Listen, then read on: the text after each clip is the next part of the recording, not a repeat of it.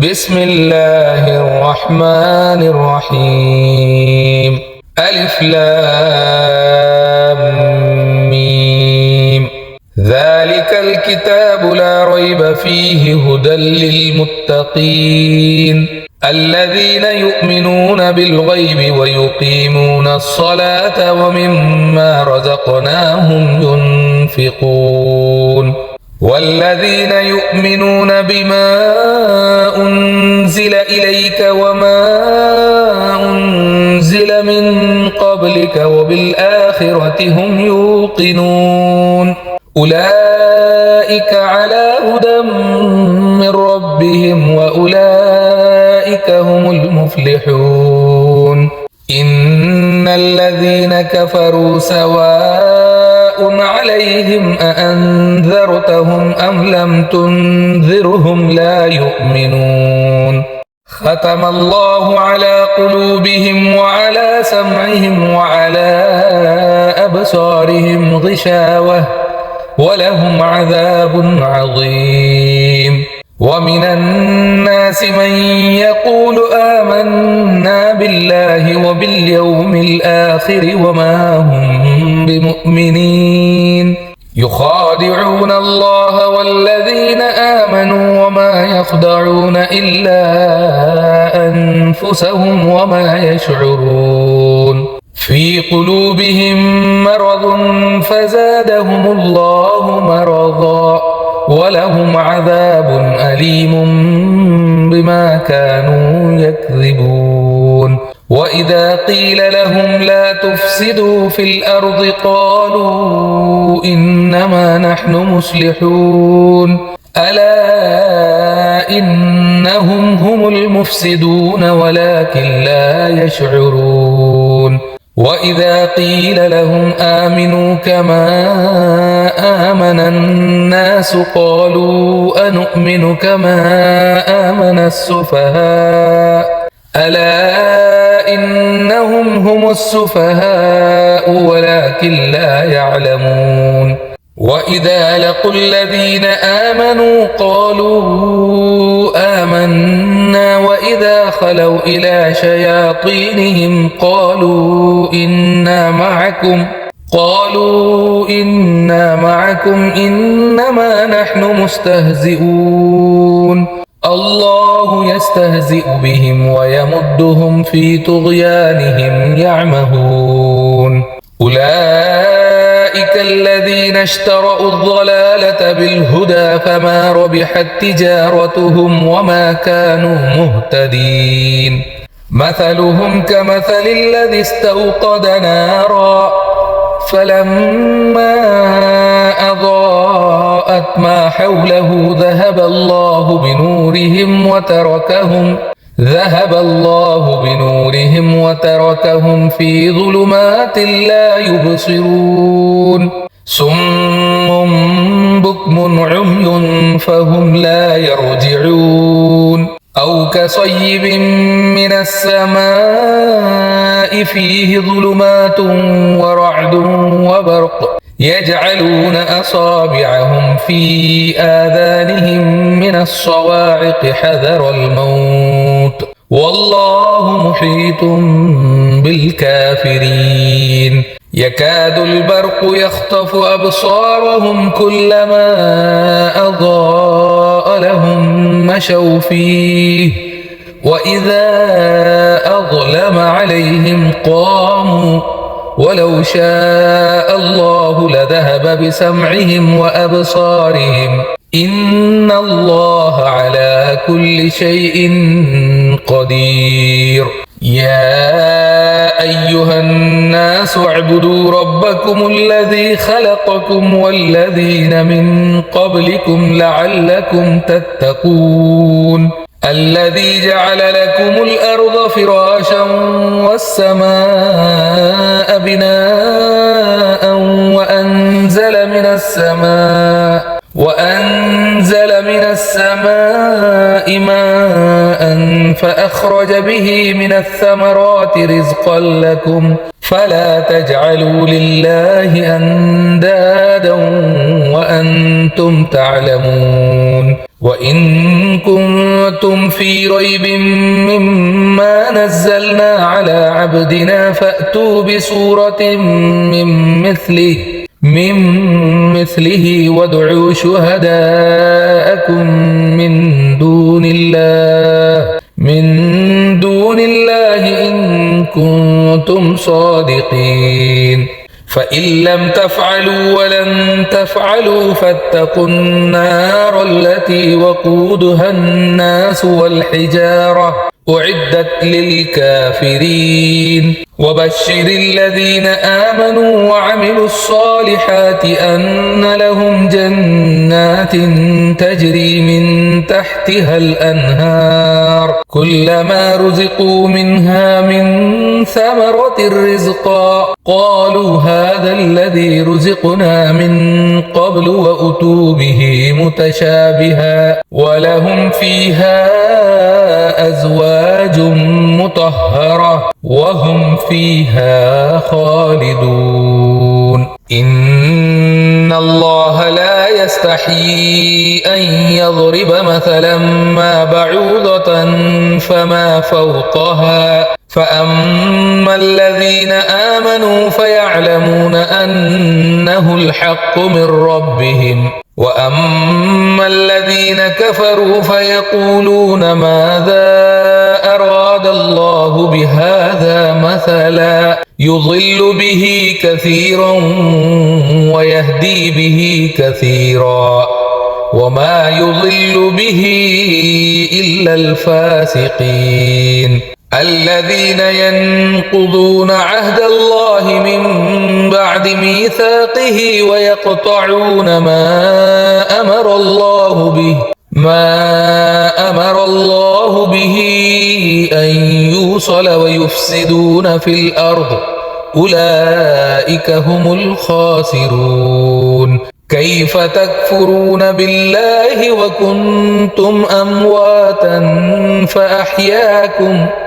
ثم يميتكم ثم يحييكم ثم إليه ترجعون هو الذي خلق لكم ما في الأرض جميعا ثم استوى إلى السماء فسواهن 7 سماوات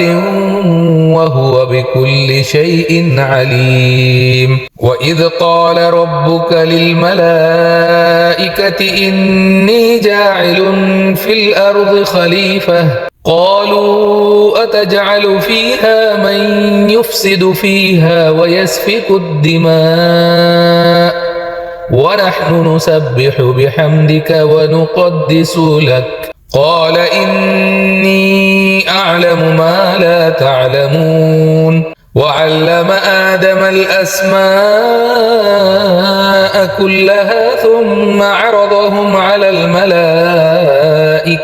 ثم عرضهم على الملائكة فقال أنبئوني بأسماء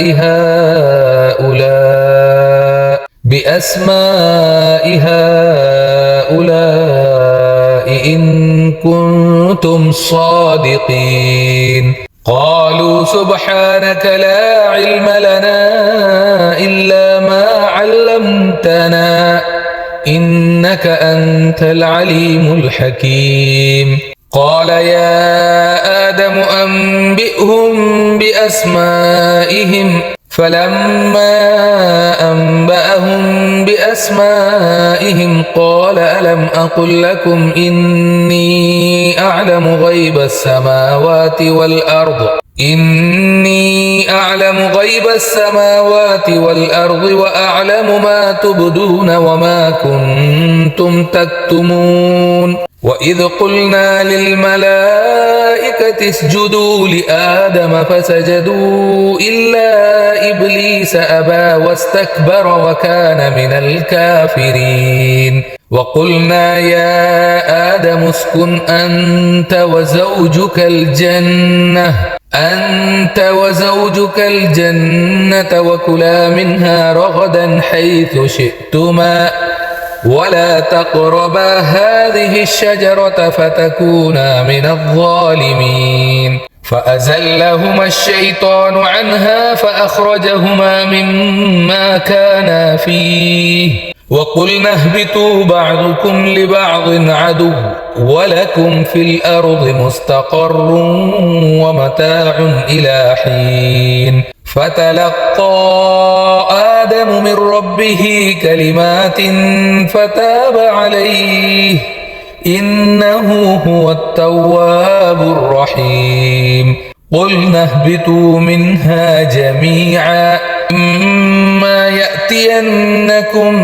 مني هدى فمن تبع هداي فلا خوف عليهم ولا هم يحزنون والذين كفروا وكذبوا بآياتنا أولئك أصحاب النار هم فيها خالدون يا بني إسرائيل اذكروا نعمتي التي أنعمت عليكم وأوفوا بعهدي أوف بعهدكم وإياي فارهبون وآمنوا بما أنزلت مصدقا لما معكم ولا تكونوا أول كافر به ولا تشتروا بآياتي ثمنا قليلا وإياي فاتقون ولا تلبسوا الحق بالباطل وتكتموا الحق وأنتم تعلمون وأقيموا الصلاة وآتوا الزكاة واركعوا مع الراكعين أتأمرون الناس بالبر وتنسون أنفسكم وأنتم تتلون الكتاب أفلا تعقلون واستعينوا بالصبر والصلاة وإنها لكبيرة إلا على الخاشعين الذين يظنون أنهم ملاقو ربهم وأنهم إليه راجعون يا بني إسرائيل اذكروا نعمتي التي أنعمت عليكم وأني فضلتكم على العالمين واتقوا يوما لا تجزي نفس عن نفس شيئا ولا يقبل منها شفاعة ولا يؤخذ منها عدل ولا هم ينصرون وإذ نجيناكم من آل فرعون يسومونكم سوء العذاب يذبحون أبناءكم ويستحيون نساءكم وفي ذلكم بلاء من ربكم عظيم وإذ فرقنا بكم البحر فأنجيناكم وأغرقنا آل فرعون وأنتم تنظرون وإذ واعدنا موسى 40 ليلة ثم اتخذتم العجل من بعده وأنتم ظالمون ثم عفونا عنكم من بعد ذلك لعلكم تشكرون وإذ آتينا موسى الكتاب والفرقان لعلكم تهتدون إذ قال موسى لقومه يا قوم إنكم ظلمتم أنفسكم باتخاذكم العجل فتوبوا إلى بارئكم فاقتلوا أنفسكم ذلكم خير لكم عند بارئكم فتاب عليكم إنه هو التواب الرحيم وإذ قلتم يا موسى لن نؤمن لك حتى نرى الله جهرة فأخذتكم الصاعقة وأنتم تنظرون ثم بعثناكم من بعد موتكم لعلكم تشكرون وظللنا عليكم الغمام وأنزلنا عليكم المن والسلوى كلوا من طيبات ما رزقناكم وما ظلمونا ولكن كانوا أنفسهم يظلمون وإذ قلنا ادخلوا هذه القرية فكلوا منها حيث شئتم رغدا وادخلوا الباب سجدا وقولوا حطة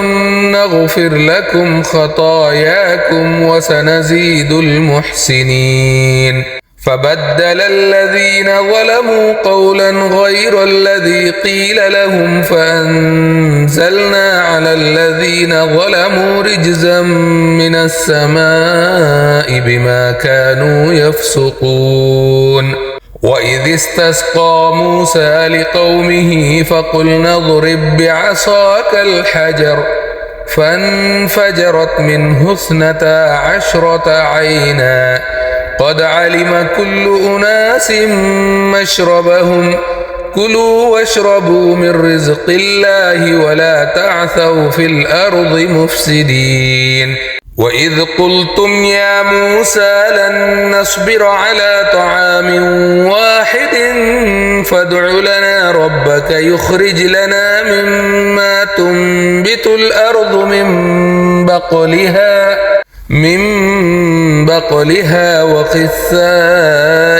وفومها وعدسها وبصلها قال أتستبدلون الذي هو أدنى بالذي هو خير اهبطوا مصرا فإن لكم ما سألتم وضربت عليهم الذلة والمسكنة وباءوا بغضب من الله ذلك بأنهم كانوا يكفرون بآيات الله ويقتلون النبيين بغير الحق ذلك بما عصوا وكانوا يعتدون إن الذين آمنوا والذين هادوا والنصارى والصابئين من آمن بالله واليوم الآخر وعمل صالحا فلهم أجرهم عند ربهم ولا خوف عليهم ولا هم يحزنون وإذ أخذنا ميثاقكم ورفعنا فوقكم الطور خذوا ما آتيناكم بقوة واذكروا ما فيه لعلكم تتقون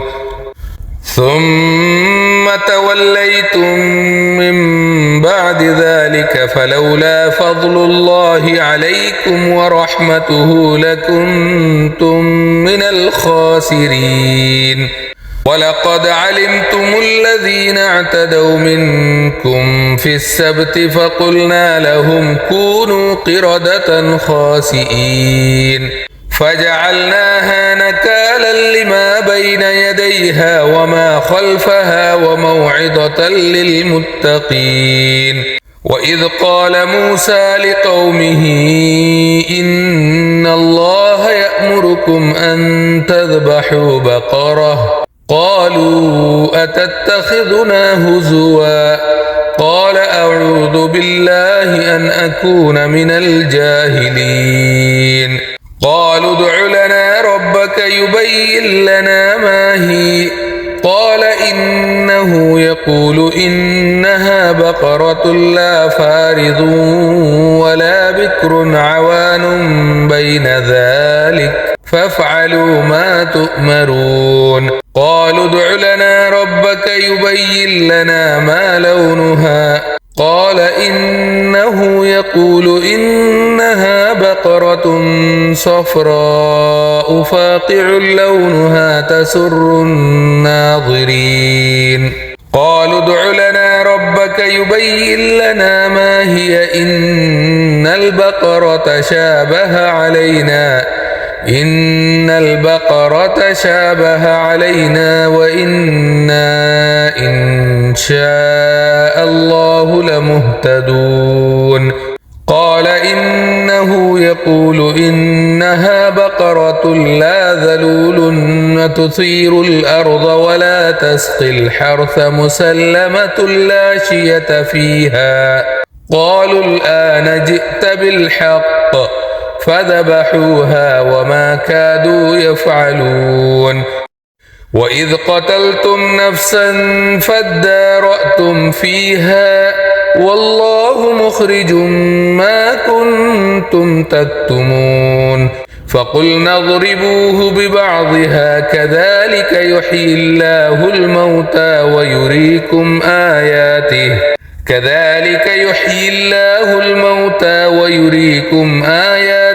لعلكم تعقلون ثم قست قلوبكم من بعد ذلك فهي كالحجارة أو أشد قسوة وإن من الحجارة لما يتفجر منه الأنهار وإن منها لما يشقق فيخرج منه الماء وإن منها لما يهبط من خشية الله وما الله بغافل عما تعملون أتطمعون أن يؤمنوا لكم وقد كان فريق منهم يسمعون كلام الله ثم يحرفونه من بعد ما عقلوه وهم يعلمون وإذا لقوا الذين آمنوا قالوا آمنا وإذا خلا بعضهم إلى بعض قالوا أتحدثونهم بما فتح الله عليكم ليحاجوكم به عند ربكم أفلا تعقلون أولا يعلمون أن الله يعلم ما يسرون وما يعلنون ومنهم أميون لا يعلمون الكتاب إلا أماني وإن هم إلا يظنون فويل للذين يكتبون الكتاب بأيديهم ثم يقولون هذا من عند الله ليشتروا به ثمنا قليلا فويل لهم مما كتبت أيديهم وويل لهم مما يكسبون وقالوا لن تمسنا النار إلا أياما معدودة قل أتخذتم عند الله عهدا فلن يخلف الله عهده أم تقولون على الله ما لا تعلمون بلى من كسب سيئة وأحاطت به خطيئته فأولئك أصحاب النار هم فيها خالدون والذين آمنوا وعملوا الصالحات أولئك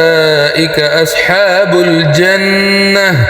هم فيها خالدون وإذ أخذنا ميثاق بني إسرائيل لا تعبدون إلا الله وبالوالدين إحسانا وذي القربى واليتامى والمساكين وقولوا للناس حسنا وأقيموا الصلاة وآتوا الزكاة ثم توليتم إلا قليلا منكم وأنتم معرضون وإذ أخذنا ميثاقكم لا تسفكون دماءكم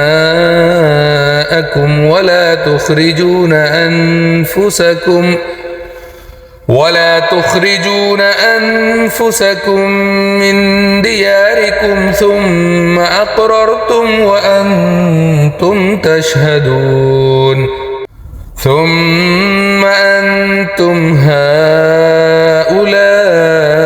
تقتلون أنفسكم وتخرجون فريقا منكم من ديارهم تظاهرون عليهم بالإثم والعدوان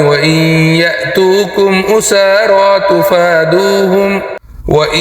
يأتوكم أسارى تفادوهم وهو محرم عليكم إخراجهم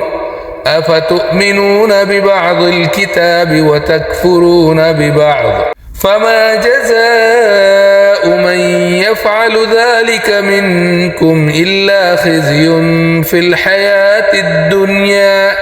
ويوم القيامة يردون إلى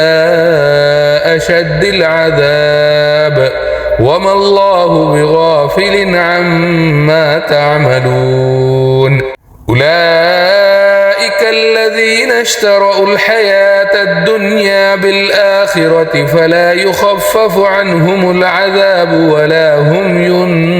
ينصرون ولقد آتينا موسى الكتاب وقفينا من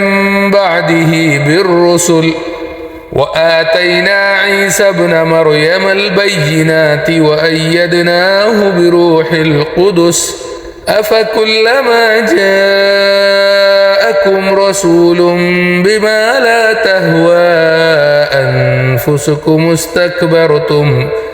بما لا تهوى أنفسكم استكبرتم ففريقا كذبتم وفريقا تقتلون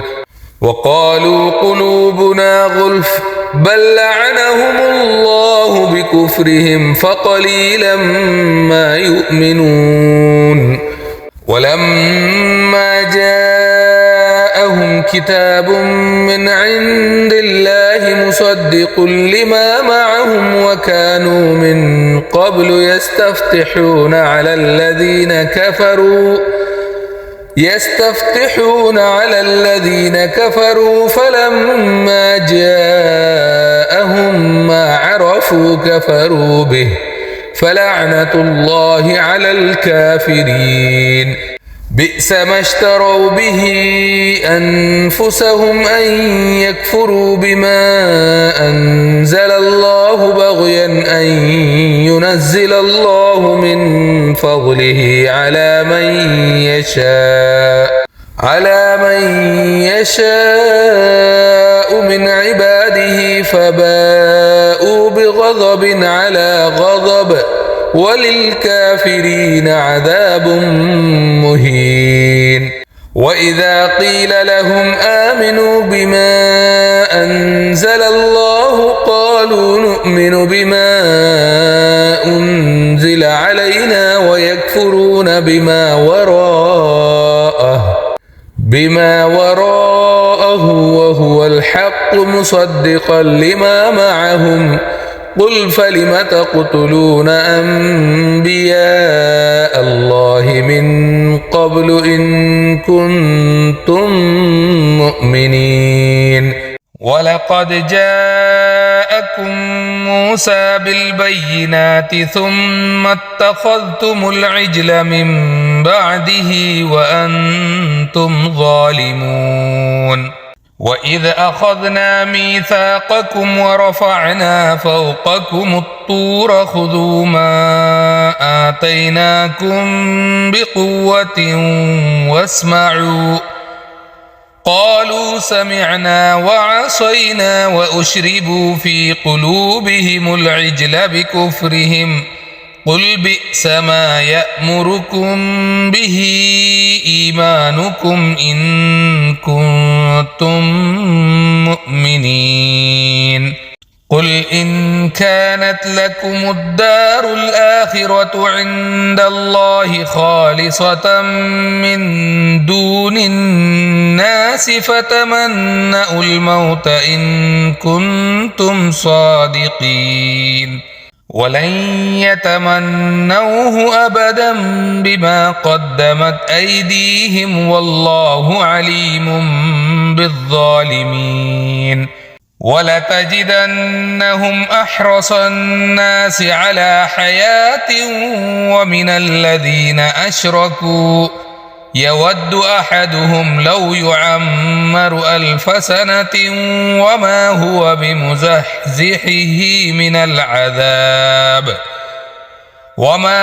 بمزحزحه من العذاب أن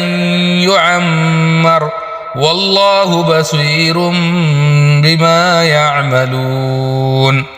قل من كان عدوا لجبريل فإنه نزله على قلبك بإذن الله مصدقا لما بين يديه وهدى وبشرى للمؤمنين من كان عدوا لله وملائكته ورسله وجبريل وميكال فإن الله عدو للكافرين ولقد أنزلنا إليك آيات بينات وما يكفر بها إلا الفاسقون أوكلما عاهدوا عهدا نبذه فريق منهم بل أكثرهم لا يؤمنون ولما جاءهم رسول من عند الله مصدق لما معهم نبذ فريق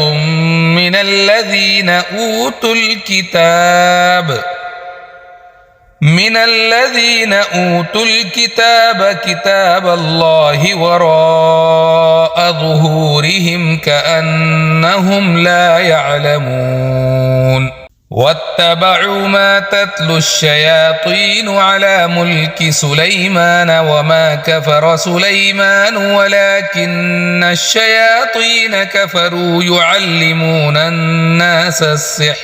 يعلمون الناس السحر وما أنزل على الملكين ببابل هاروت وماروت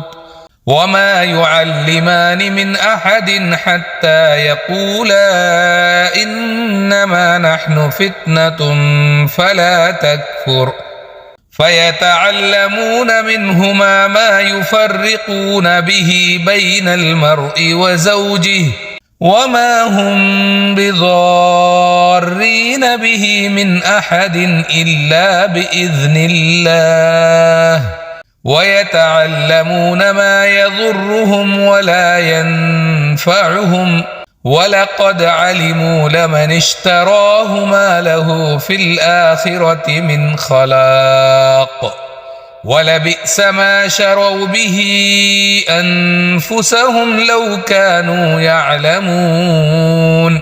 ولو أنهم آمنوا واتقوا لمثوبة من عند الله خير لو كانوا يعلمون يا أيها الذين آمنوا لا تقولوا راعنا وقولوا انظرنا واسمعوا وللكافرين عذاب أليم ما يود الذين كفروا من أهل الكتاب ولا المشركين أن ينزل عليكم من خير من ربكم والله يختص برحمته من يشاء والله ذو الفضل العظيم ما ننسخ من آية أو ننسها نأت بخير منها أو مثلها ألم تعلم أن الله على كل شيء قدير ألم تعلم أن الله له ملك السماوات والأرض وما لكم من دون الله من ولي ولا نصير أم تريدون أن تسألوا رسولكم كما سئل موسى من قبل ومن يتبدل الكفر بالإيمان فقد ضل سواء السبيل ود كثير من أهل الكتاب لو يردونكم من بعد إيمانكم كفارا حسدا من عند أنفسهم من بعد ما تبين لهم الحق فاعفوا واصفحوا حتى يأتي الله بأمره إن الله على كل شيء قدير وأقيموا الصلاة وآتوا الزكاة وما تقدموا لأنفسكم من خير تجدوه عند الله إن الله بما تعملون بصير وقالوا لن يدخل الجنة إلا من كان هودا أو نصارى تلك أمانيهم قل هاتوا برهانكم إن كنتم صادقين بلى من أسلم وجهه لله وهو محسن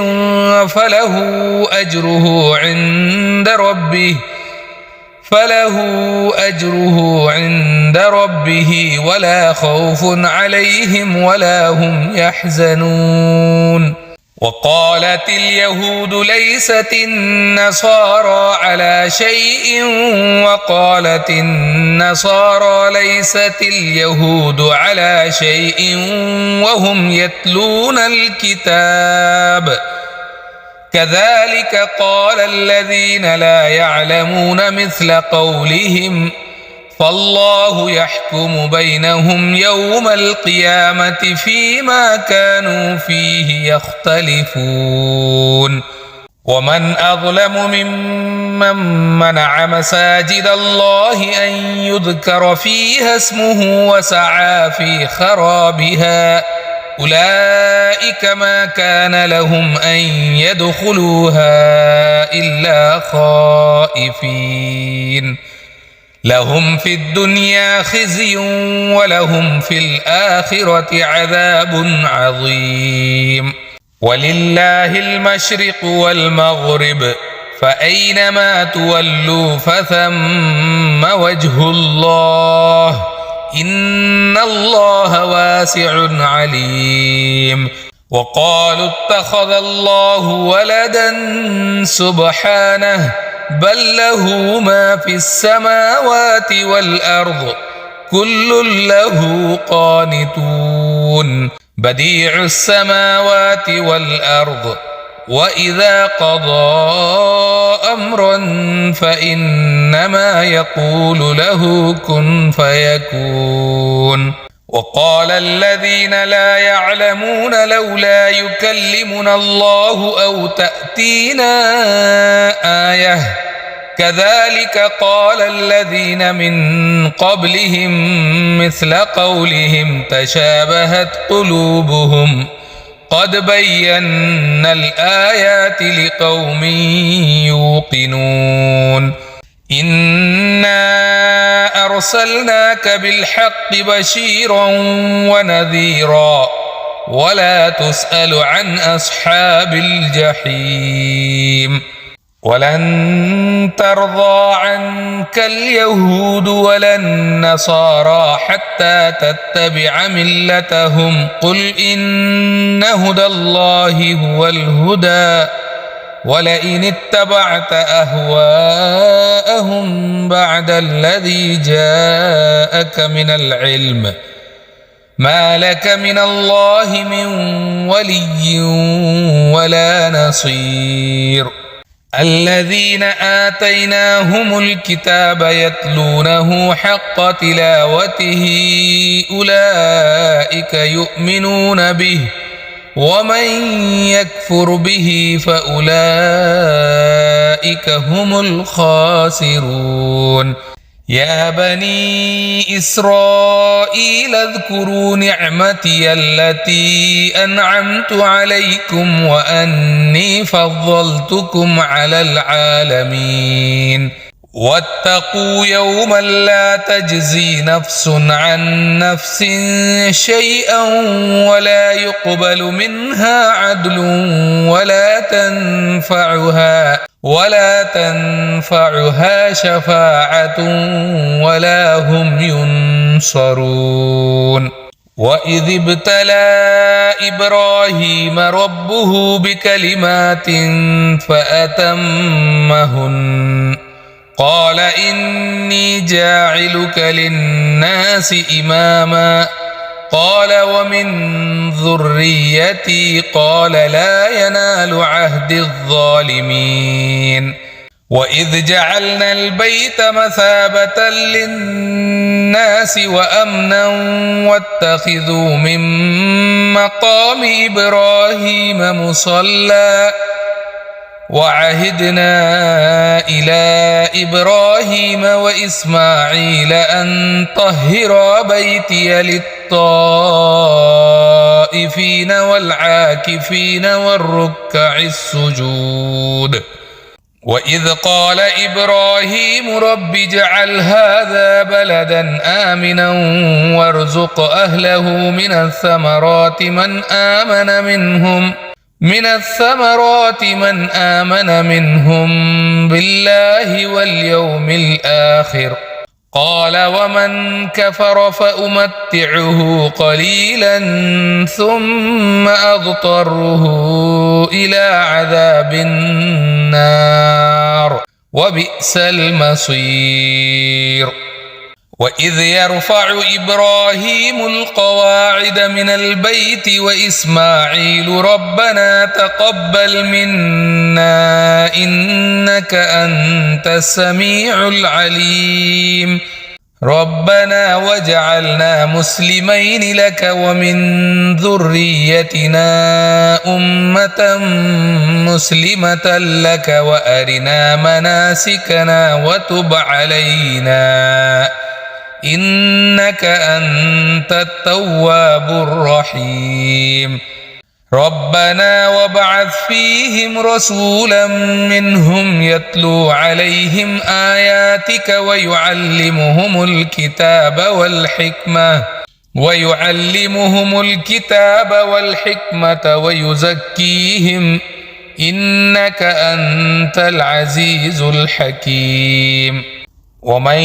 يرغب عن ملة إبراهيم إلا من سفه نفسه ولقد اصطفيناه في الدنيا وإنه في الآخرة لمن الصالحين. إذ قال له ربه أسلم قال أسلمت لرب العالمين. ووصى بها إبراهيم بنيه ويعقوب يا بني إن الله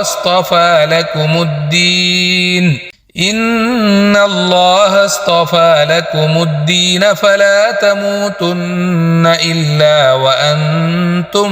مسلمون. أم كنتم شهداء إذ حضر يعقوب الموت إذ قال لبنيه ما تعبدون من بعدي قالوا نعبد إلهك وإله آبائك إبراهيم وإسماعيل وإسحاق إلها واحدا ونحن له مسلمون. تلك أمة قد خلت لها ما كسبت ولكم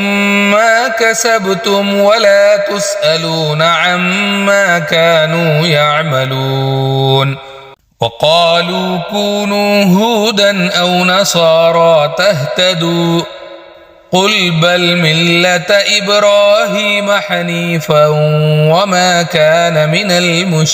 المشركين. قولوا آمنا بالله وما أنزل إلينا وما أنزل إلى إبراهيم وإسماعيل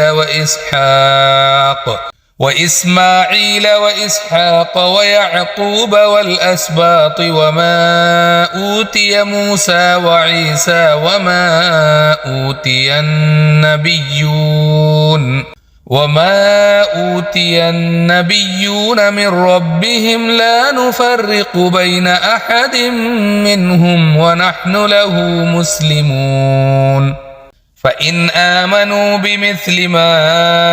آمنتم به فقد اهتدوا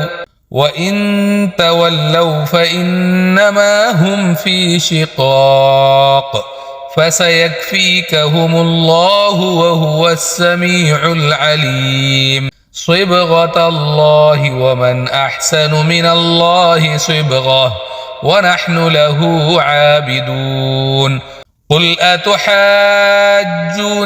في الله وهو ربنا وربكم ولنا أعمالنا ولكم أعمالكم ونحن له مخلصون أم تقولون إن إبراهيم وإسماعيل وإسحاق ويعقوب والأسباط كانوا هودا أو نصارى قل أأنتم أعلم أم الله ومن أظلم ممن كتم شهادة عنده من الله وما الله بغافل عما تعملون تلك أمة قد خلت لها ما كسبت ولكم ما كسبتم ولا تسألون عما كانوا يعملون سيقول السفهاء من الناس ما ولاهم عن قبلتهم التي كانوا عليها قل لله المشرق والمغرب يهدي من يشاء إلى صراط مستقيم وكذلك جعلناكم أمة وسطا لتكونوا شهداء على الناس ويكون الرسول عليكم شهيدا وما جعلنا القبلة التي كنت عليها إلا لنعلم من يتبع الرسول ممن ينقلب على عقبيه وإن كانت لكبيرة إلا على الذين هدى الله وما كان الله ليضيع إيمانكم إن الله بالناس لرؤوف رحيم قد نرى تقلب وجهك في السماء فلنولينك قبلة ترضاها فول وجهك شطر المسجد الحرام وحيث ما كنتم فولوا وجوهكم شطره وإن الذين أوتوا الكتاب ليعلمون أنه الحق من ربهم وما الله بغافل عما يعملون ولئن أتيت الذين أوتوا الكتاب بكل آية ما تبعوا قبلتك وما أنت بتابع قبلتهم وما بعضهم بتابع قبلة بعض ولئن اتبعت أهواءهم من بعد ما جاءك من العلم إنك إذا لمن الظالمين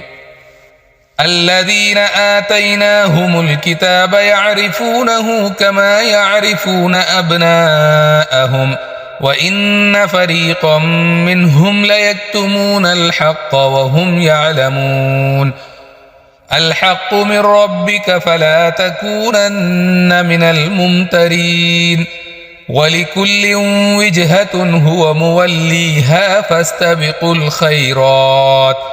أينما تكونوا يأت بكم الله جميعا إن الله على كل شيء قدير ومن حيث خرجت فول وجهك شطر المسجد الحرام وإنه للحق من ربك وما الله بغافل عما تعملون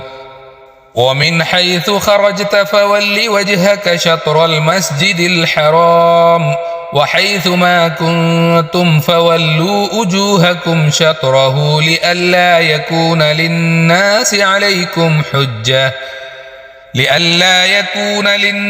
عليكم حجة إلا الذين ظلموا منهم فلا تخشوهم واخشوني ولأتم نعمتي عليكم ولعلكم تهتدون كما أرسلنا فيكم رسولا منكم يتلو عليكم آياتنا ويزكيكم ويعلمكم الكتاب والحكمة ويعلمكم ما لم تكونوا تعلمون فاذكروني أذكركم واشكروا لي ولا تكفرون يا أيها الذين آمنوا استعينوا بالصبر والصلاة إن الله مع الصابرين ولا تقولوا لمن يقتل في سبيل الله أموات بل أحياء ولكن لا تشعرون ولنبلونكم بشيء من الخوف والجوع ونقص من الأموال والأنفس والثمرات وبشر الصابرين الذين إذا أصابتهم مصيبة قالوا إنا لله وإنا إليه راجعون